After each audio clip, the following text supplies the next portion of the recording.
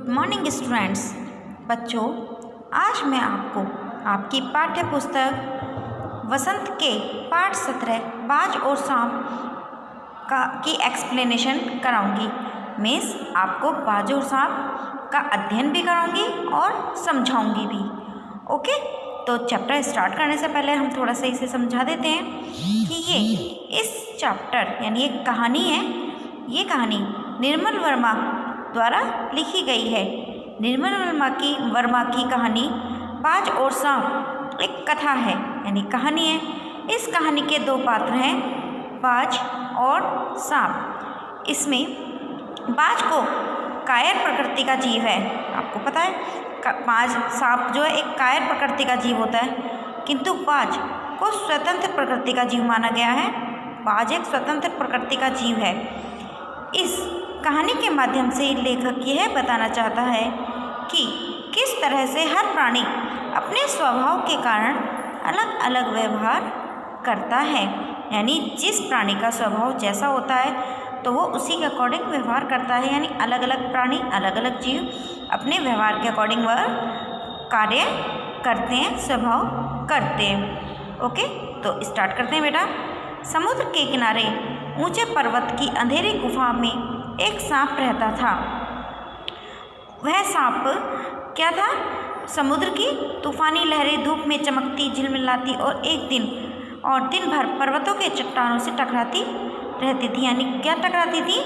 लहरें टकराती रहती थी। अपनी गुफा में बैठा हुआ सांप सभी दृश्य देखता रहता था। यानी क्या देखा था? लहरों का गर्जन, आकाश में छिप पहाड़ियाँ, टेढ़ी मेढ़ी बल खाती हुई नदी, सब कुछ देखता रहता था। वह मन ही मन खुशी रहता था, यानी खुश होता था कि इस गर्जन तर्जन के होते हुए भी वह सुखी और सुरक्षित है। कोई उसे दुख नहीं दे सकता। सबसे अलग, सबसे दूर वह अपनी गुफा का स्वामी है, यानी अपनी गुफा का खुद मालिक है। ना किसी का लेना, ना किसी का देना। एक दिन एकाएक यानी एक दिन अचानक आकाश में उड़ता हुआ खून से लथपथ एक बाज सांप की उस गुफा में आकर गिर गया। उसकी छाती पर कितने ही जख्मों के निशान थे। अब आपको ये पता है कि बाज सांप का शत्रु होता है, तो उसे बाज को देखकर सांप पहले तो डर गया, लेकिन जब उसने उसे घायल अवस्था में देखा था तो वह समझ गया कि बाज जीवन की अंतिम सांसें गिन रहा है। उससे डरना बेकार है। सांप बाज की तरफ कुछ देर तक देखता रहा और मन ही मन खुश होता हुआ बोला, क्यों भाई, इतनी जल्दी मरने की तैयारी कर ली? यानी इतनी जल्दी मरने की तैयारी कर ली आपने?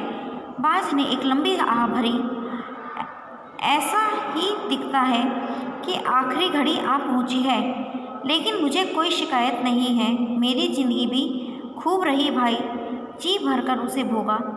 जब तक शरीर में ताकत रही, कोई सुख ऐसा नहीं बचा जिसे न भोगा हो। दूर दूर तक उड़ाने भरी, आकाश की असीम ऊंचाइयों को अपने पंखों से नापा। मिस वह ऐसी कंडीशन में था कि वह जख्मी था, उसके पंख घायल थे।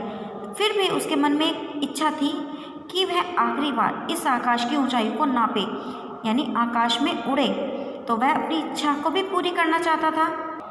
बाज सांप से कहता है कि तुम्हारा बड़ा दुर्भाग्य है कि तुम जिंदगी भर आकाश में उड़ने का कभी आनंद नहीं उठा पाओगे। सांप बोला, आकाश को लेकर क्या मैं चाटूंगा? आकाश में रखा क्या है? क्या मैं तुम्हारे आकाश में रेंग सकता हूँ? ना भाई, तुम्हारा आकाश तुम्हें ही मुबारक हो। मेरे लिए तो यह गुफा भली, इतनी आरामदेह सुरक्षित जगह और कहाँ होगी। सांप मन ही मन बाज की मूर्खता पर हंस रहा था। वह सोचने लगा कि आखिर उड़ने और रेंगने के बीच कौन सा भारी अंतर है। अंत में तो सबके भाग्य में मरना ही लिखा है। शरीर मिट्टी का है, मिट्टी में मिल जाएगा। अचानक बाज ने अपना झुका हुआ सिर ऊपर उठाया और उसकी दृष्टि सांप की गुफा के चारों ओर घूमने लगी। चट्टानों में पड़ी दरारों से पानी गुफा में टपक रहा था। सीलन और अंधेरे में डूबी गुफा में एक भयानक दुर्गंध फैली हुई थी। दुर्गंध मीन्स बदबू। मानो कोई चीज़ वर्षों से पड़ी सड़ गई हो। ये सब देखकर बाज कहने लगा, आकाश में सिर्फ एक बार आकाश में उड़ पाता। बाज की ऐसी करुण चीख सुनकर सांप कुछ सिटपिटा सा गया, यानी बोला। एक क्षण के लिए उसके मन में उस आकाश के प्रति इच्छा पैदा हो गई। क्या इच्छा पैदा हो गई? कि आखिर आकाश में ऐसा क्या है कि जिसके लिए बाज घायल अवस्था में है, मतलब अंतिम क्षण है, फिर भी वह आकाश में उड़ना चाह रहा है। उसने बाज से कहा, यदि तुम्हें स्वतंत्रता इतनी प्यारी है तो इस चट्टान के किनारे से ऊपर क्यों नहीं उड़ जाते, जाने की कोशिश करते। हो सकता है तुम्हारे पैरों में अभी इतनी ताकत बाकी हो कि तुम आकाश में उड़ सको। कोशिश करने में क्या हर्ज है। बाज के ऐसा सुनते ही उसके मन में उत्साह जाग गया। मतलब सांप ने उससे ऐसा कहा तो बाज के मन में भी उत्साह जागा। हो सकता है कहीं कुछ हो जाए, उड़ सकूं। तो उसकी आंखें चमक उठी। उसने गहरी लंबी सांस ली और अपने पंख फैलाकर हवा में कूद पड़ा। उसके पंखों में इतनी शक्ति नहीं थी कि उसके शरीर का बोझ संभाल सके। पत्थर सा उसका शरीर लुढ़कता हुआ नदी में जा गिरा। एक लहर ने उठाकर उसके पंखों पर जमे खून को धो दिया। उसके थके मांदे शरीर को सफ़ेद फैन से ढक दिया। फिर अपनी गोद में समेटकर उसे अपने साथ सागर की ओर ले चली। लहरें चट्टानों पर सिर धुनने लगी, मानो बाज की मृत्यु पर आंसू बहा रही हो। सांप सोचता रहा, आखिर आकाश में ऐसा क्या आकर्षण छिपा है जिसके लिए बाज ने अपने प्राण गंवा दिए। वह खुद तो मर गया, लेकिन मेरे दिल का चैन अपने साथ ले गया। न जाने आकाश में क्या खजाना रखा है। एक बार तो मैं भी वहां जाकर उसके रहस्य का पता लगाऊंगा, चाहे कुछ देर के लिए ही हो। कम से कम उस आकाश का स्वाद तो चख लूँगा। यह सोचकर सांप ने भी सोचा, आखिर मैं भी उड़ने की कोशिश करता हूँ। सांप आगे रहकर अपने आप को आकाश की शून्यता में छोड़ दिया, यानी आगे बढ़ा और अपने आप को उड़ने की तरह छोड़ दिया। धूप में क्षण भर के लिए सांप का शरीर बिजली की लकीर सा चमक गया, किंतु जिसने जीवन भर रेंगना सीखा था वह भला क्या उड़ पाता। नीचे छोटे छोटे चट्टानों पर धप से सांप जा गिरा। ईश्वर की कृपा से बेचारा बच गया, नहीं तो मरने में क्या कसर बाकी रही थी। सांप हंसते हुए कहने लगा, सो उड़ने का यही आनंद है। भर पाया मैं तो।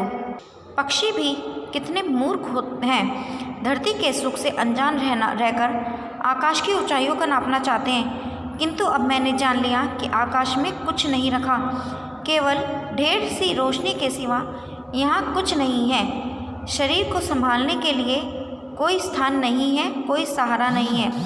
फिर वे पक्षी किस बूते पर इतनी डींगे हाँकते हैं, किस लिए धरती के प्राणियों को इतना छोटा समझते हैं।